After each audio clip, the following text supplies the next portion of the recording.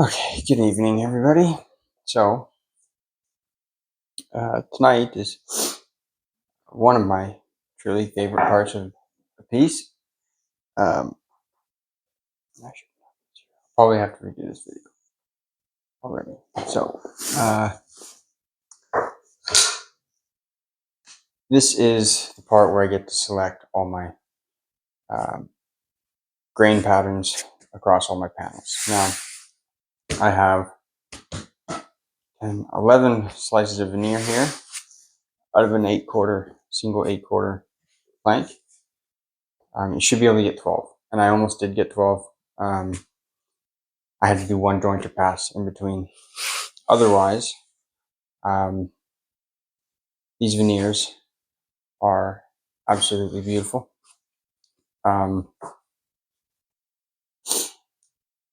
So most people would just say, okay, well, book match. There we go. There's one panel, whatever fits.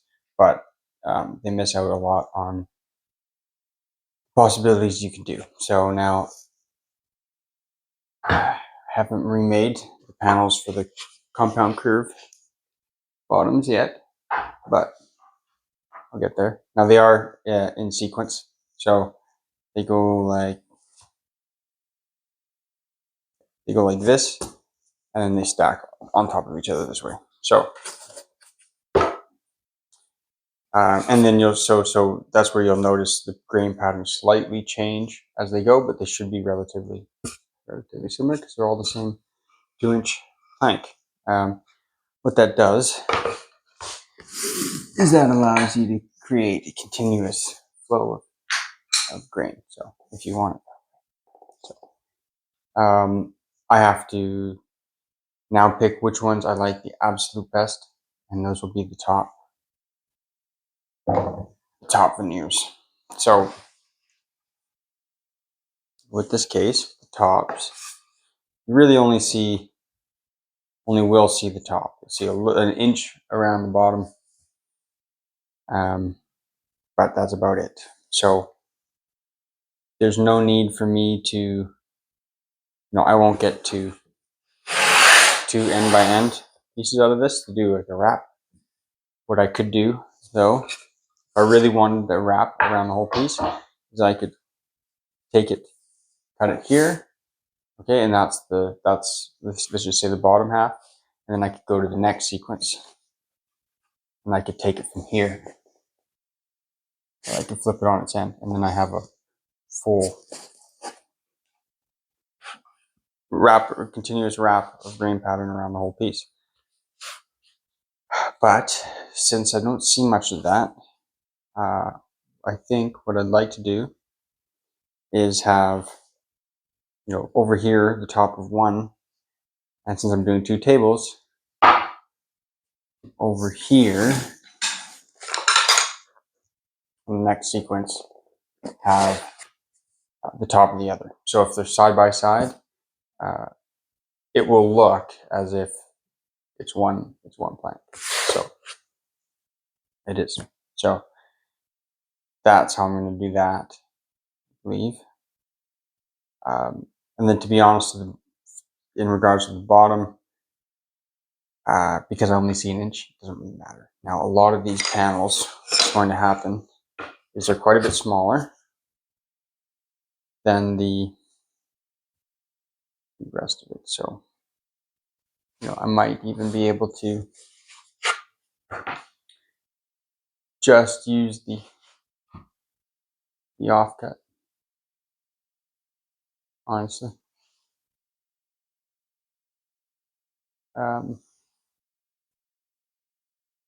We'll see where I get to, but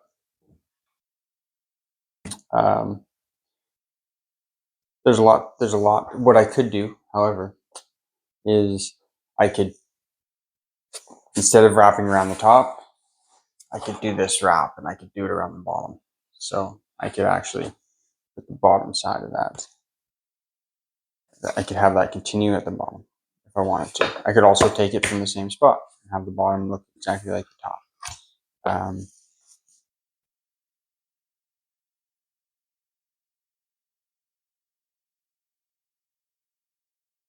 inside the compartment, I can have a full wrap, continuous wrap around.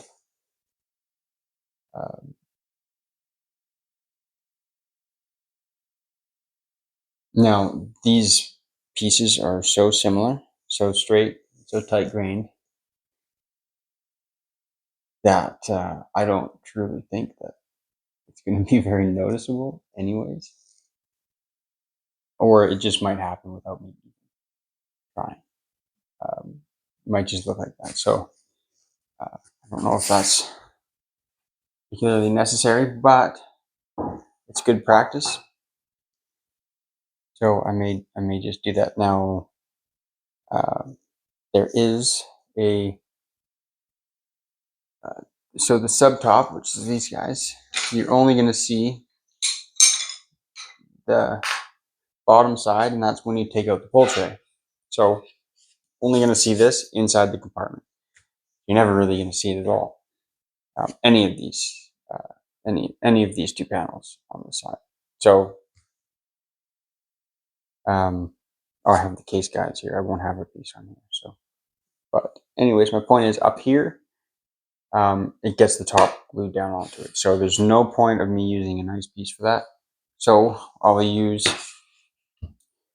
any offcuts I have of the right length, and I'll edge joint them together and put them on top. That is to save any of the nice pieces for spares, extra, just in case. So fur is really chippy, right? So if something chips and I need to go into a piece of veneer to get a nice matching grain line, I can actually do that because I will have almost a near identical piece to take that chip from. So if I can save, a full piece, that would be fantastic. Right. So if I can get it out of these pairs, that'd be fantastic. So what is going to be my deciding factor in which of these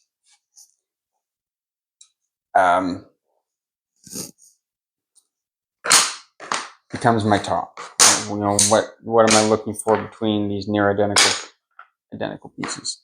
Well, it's a softwood and it's got a lot of sap in it. So the first thing I see, not a lot, it's I can work through it, but I can definitely notice it. So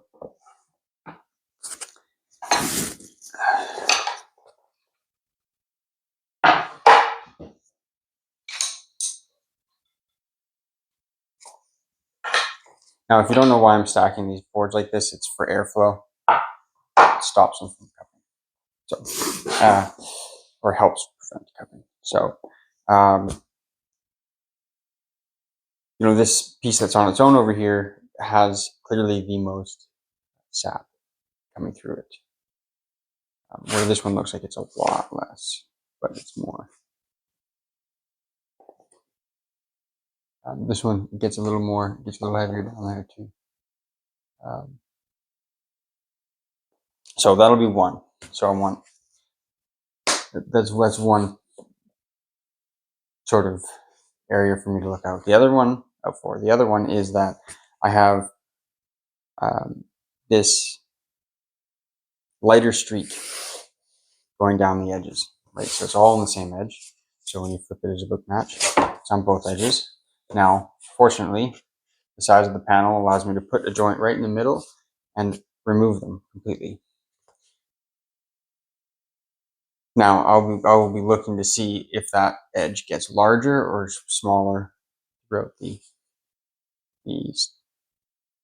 thickness of the plank. So it might be thinner on this end than that end. But now that doesn't mean I have to do them like that. I can glue them together like this, have that light streak all the way down the middle, and have that wrap around the bottom.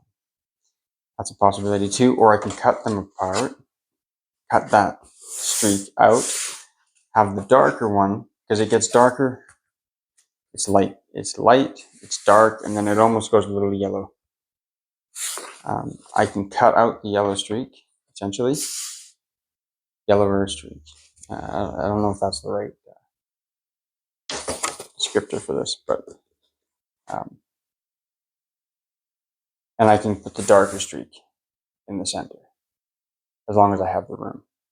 So I will look through that on every single match.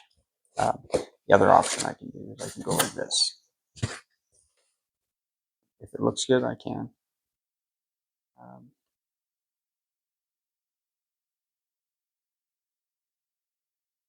And honestly, it does. It does look good.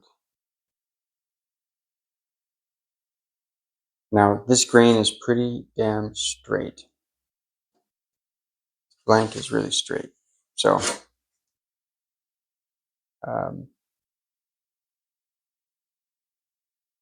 I will see if I need to straighten it at all anymore. And so I'll follow a grain line down and I'll check and see if it's straight. I'll do that only on the length of the board. You know, so if I follow this one, that one goes right off the...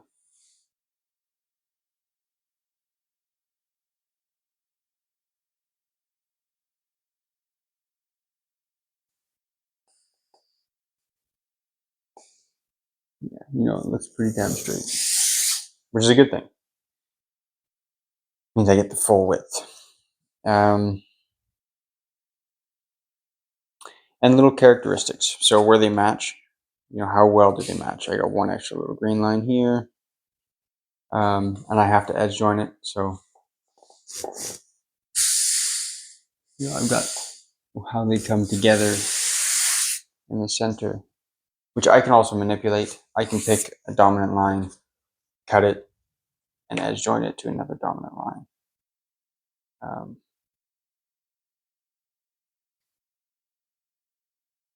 And I can stagger them to adjust for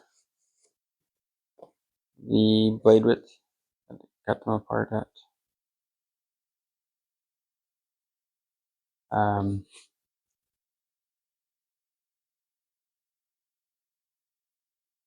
So I have this little wave that goes through the pieces, and it gets more and more pronounced. More and more pronounced as you go through the different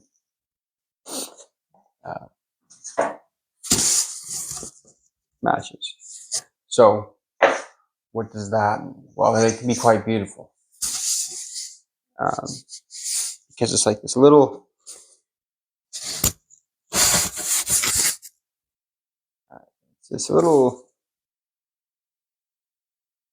blip in an otherwise perfectly straight veneer, right? But it's fur. I'd be willing to bet it's compression in the grain. So think like this. It's more like this. And what happens when you run over it with a blade is if you're coming across it like the blade like this, it will tear. So it's going to tear out right there with my plane. So if I can plane the entire piece, but I just can't plane the top like that, I have to sand it.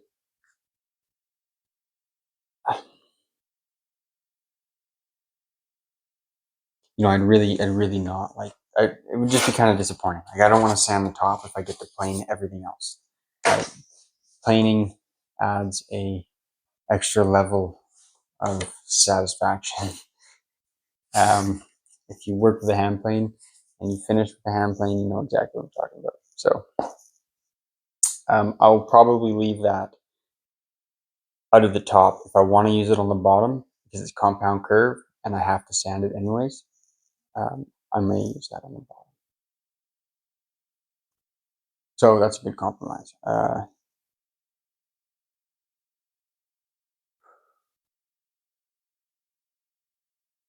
That's pretty much what I'm going to do. That's going to take some time. You know, you really want to get the top panels correctly. Now, this is a piece that doesn't have many visible panels, honestly. So you know, and also not many defects for me to cut out. If you look at my clock cabinet, you'll notice there's no pin knots anywhere in that cabinet. Maybe there's one or two on the back. I think there's two very small ones on the top. I left those in there, but everything else, they were all cut out. So I spent about a week selecting my veneers, cutting them apart, and edge joining them back together. And you cannot tell. So that is from me selecting a dominant grain line, cutting through it, selecting one on the other piece, cutting through it, gluing them back with a wood that really lends itself well to hiding that kind of hiding joints, but not well to doing joints. Yew is a tough wood.